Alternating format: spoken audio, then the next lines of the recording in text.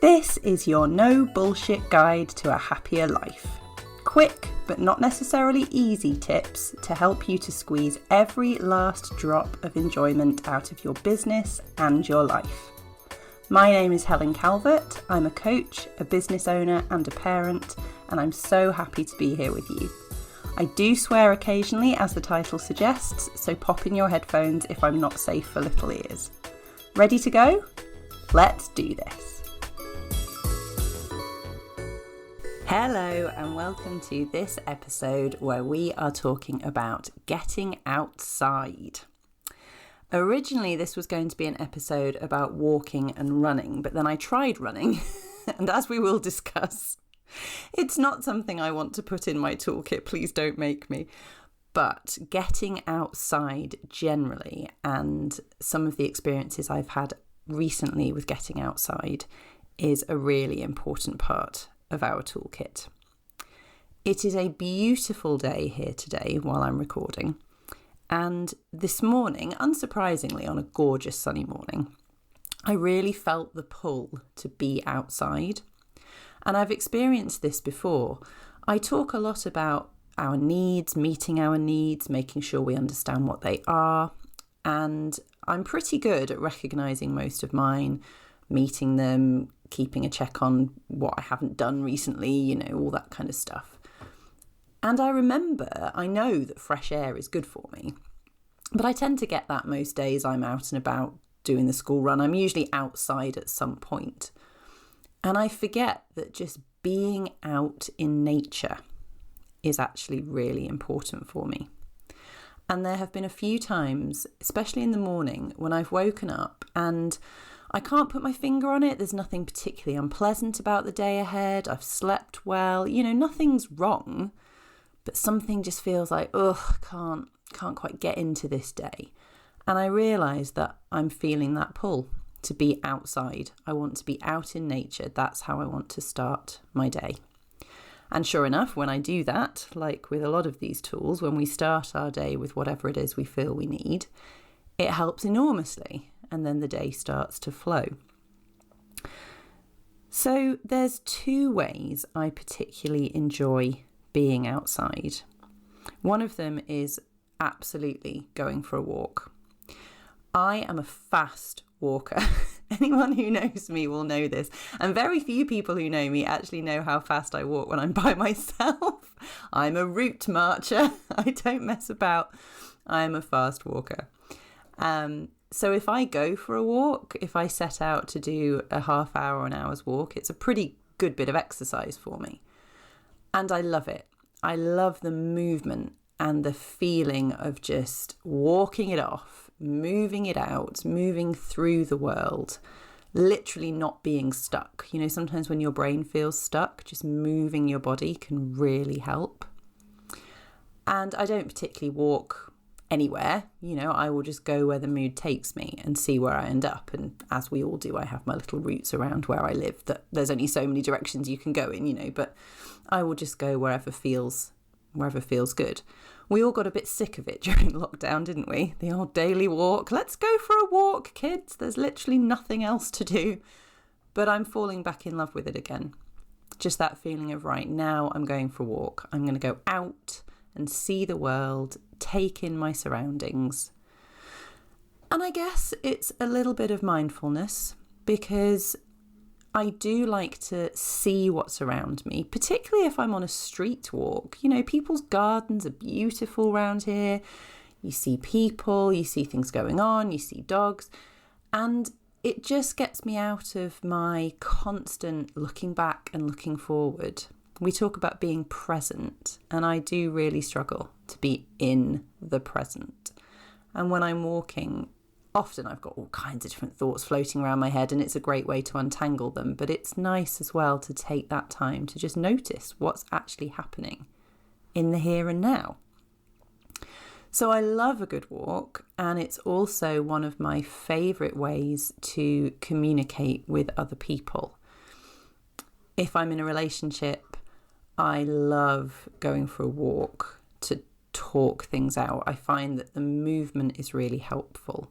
With my children, I find that talking to them when we're on the move and when we're side by side can be very helpful, because not necessarily because they're neurodivergent, although they are, but for my children, being face to face, kind of eye contact type conversation can sometimes feel quite pressured. So the side by side walking conversation, or in the car, is the same thing, but it sometimes helps to facilitate discussions that you wouldn't have if you were sat still. So there is a huge amount to be said for walking, and it's just getting out in the fresh air, something about having the sky above your head and the ground beneath your feet. So I did try running, because a few people in my Facebook group told me that was their tool. This was the thing in their toolkit, like, oh, just love to go for a run. And I didn't think it would be for me, but I absolutely gave it a try. And I gave myself a good chance. You know, I went out on beautiful sunny mornings, ran around my local park, which is gorgeous. Didn't push myself to do anything crazy, you know, kind of started at the beginning or maybe a week into the Couch to 5K app. So just doing, you know, a few bursts. And I can do it. I'm fit enough now that I can do it. It was not beyond me. And I definitely could have built it up and done the whole thing. But yeah, it really is not for me. And that's for a few different reasons. So I guess this brings us to walking and running, happier life or bullshit. And of course, neither of them are one or the other. Being out in the fresh air, moving our bodies, getting exercise, literally being unstuck because we're moving, all contributes to a happier life. And, you know, there are no bullshit elements to either. They are, without a doubt, excellent ways to help our mental and physical health. For me, the difficulty with running is I didn't have the right shoes. I've got trainers, but they're not good running shoes. And because I know I'm not going to be a runner, I wasn't going to invest in good shoes. So I think that's something to bear in mind with running. You know, as with everything, you don't have to do it perfectly. You don't have to do it all the time. You don't have to be aiming to run a marathon, but you do need the right footwear. So that's just something to bear in mind. It's not something you can just pick up and do, I don't think. You do need the right footwear.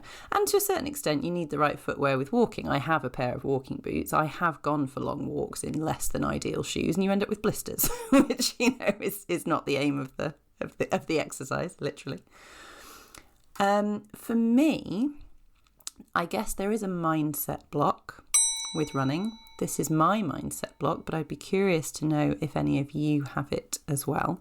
I realised, yes, running is stressful and painful, and it hurts and it's uncomfortable and it's difficult, but so is most of the stuff I do in the gym, and I love going to the gym. The mindset block alert is that I realised I associate running with stressful situations where I'm late. So I only run if I'm running for a train or running for an aeroplane. And that is always really stressful. I hate being late. I hate things not being under my control. I like everything to be flowing smoothly. I absolutely loathe running for any form of transport, because if it pulls away before you get there, everybody sees that you tried to get there and you failed. And I realised that there are stressful stories associated with running for me. So if I did decide I was going to be a runner, I was going to do a 10K, or I did do the Manchester 10K, good 15 years ago now. I walked a fair bit of it as well. But if I wanted to do that again, I would definitely have to address that little bit of mindset. Because running, of course, does not have to be scary.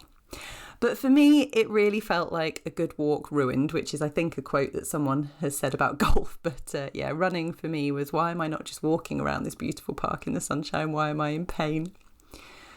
So whichever way you want to do it, let's get out and let's get moving at times when it feels appropriate, when it's the right tool for you to use.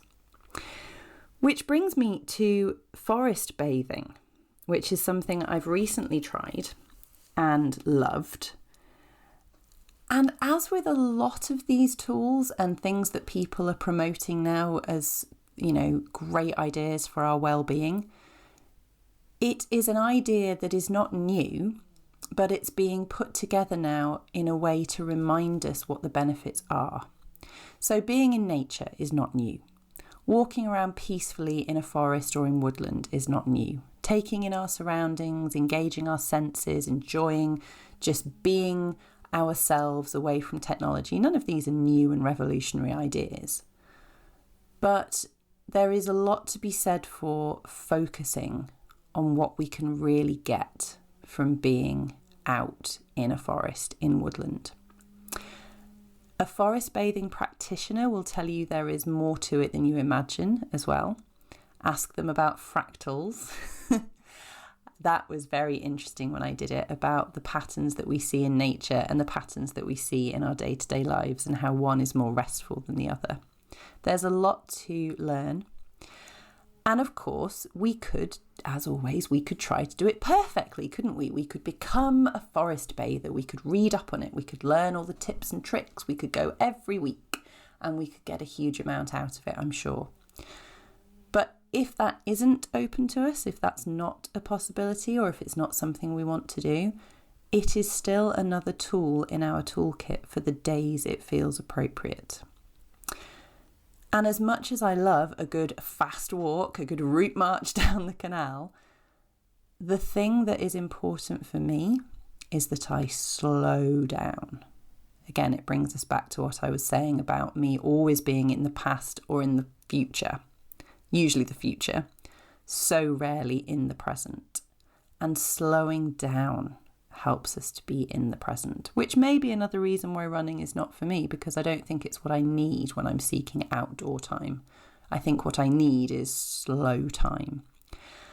And being around trees really brings us down a gear because, of course, they grow so slowly and have been around for so long. It's hard to feel rushed when we're meandering through the trees. Forest bathing, though, is different from walking through a forest. You slow down and you notice and you engage all of your senses. To the point where, yes, I did taste some things, which I do not recommend you do without some knowledge or, a professional with you. You can't just eat things in the woodland. Please don't do that. But you can engage all of your senses in woodland, in a forest. And that in itself is really quite something, because most of us use our sight a heck of a lot if we're thinking about how we use tech, and our ears. A lot of the time we're trying not to use our ears because we're trying to block out distractions while we concentrate on something. So we get very good at switching our ears off. There's not often that many smells, or if there are smells in our houses, we're kind of immune to them. We don't notice them anymore because they're our smells. So there's a lot of our senses that we just don't engage.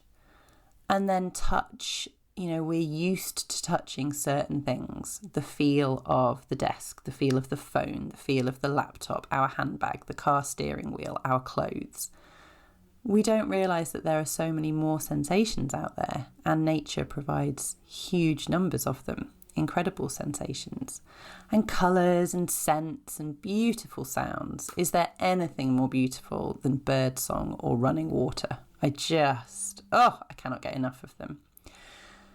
And of course, forest bathing is one element of being mindful outdoors, but a lot of us also absolutely love the sea, don't we?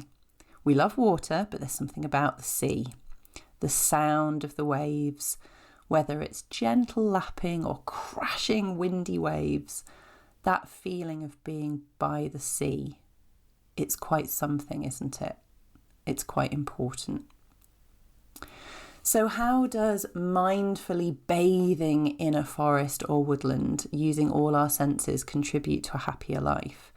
Well, it gives us something new to focus on. It takes us off that well-worn track of work and parenting and housework and all the things we have to do. It gets our thoughts out of their rut and it fills our cup.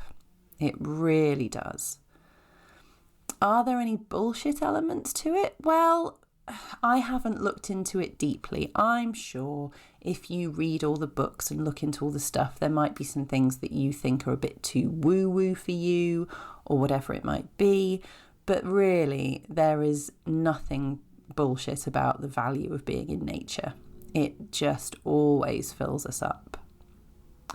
Our mindset block for forest bathing, I guess it's similar to the mindset block for a few of the tools in our toolkit in that it is a slow thing to do. We slow right down. And boy, do we like to feel productive, don't we? A fast walk feels like, yes, exercise, productivity. I went for a walk. Now I'm going to do some work. Fantastic. Bathing in a forest, slowing right down just to sit there and look at the trees and smell the smells and listen to the birds. Ooh, I don't know. Do we have time for that? But as with all of these things, truly, do we have the time not to? Because if we don't fill our cup with some of these things, we're not going to have any fuel, as we have discussed many times before. So, remember, and this is a note to myself as much as it is to you guys, being outside in nature, whether we're running, walking, sitting, wild swimming, taking it all in, or just breathing it in quickly before we go back inside, being outside in nature is a vital part of our toolkit. And I hope you can be excessively kind to yourselves by giving yourselves some of that. And until next time, please squeeze every last drop of enjoyment out of life. Bye-bye. Thank you so much for listening. It's great to have you along for the ride. If you enjoyed the episode, I'd be so grateful if you could leave me a review. And don't forget to subscribe so you know when new episodes are up. If you identified a mindset block during the episode and would like to work with me one-to-one, you can find out how in the show notes. See you next time.